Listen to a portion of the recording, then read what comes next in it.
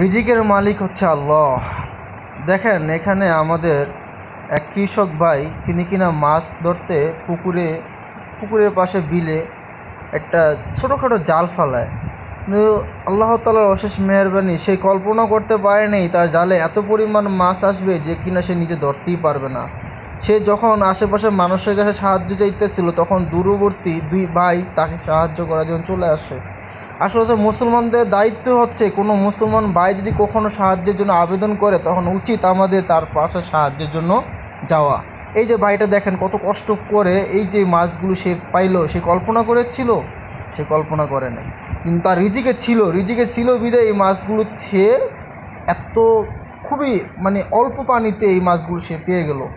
আরও দুই ভাই তাকে সাহায্য করার জন্য প্রাণপণ চেষ্টা করতেছে।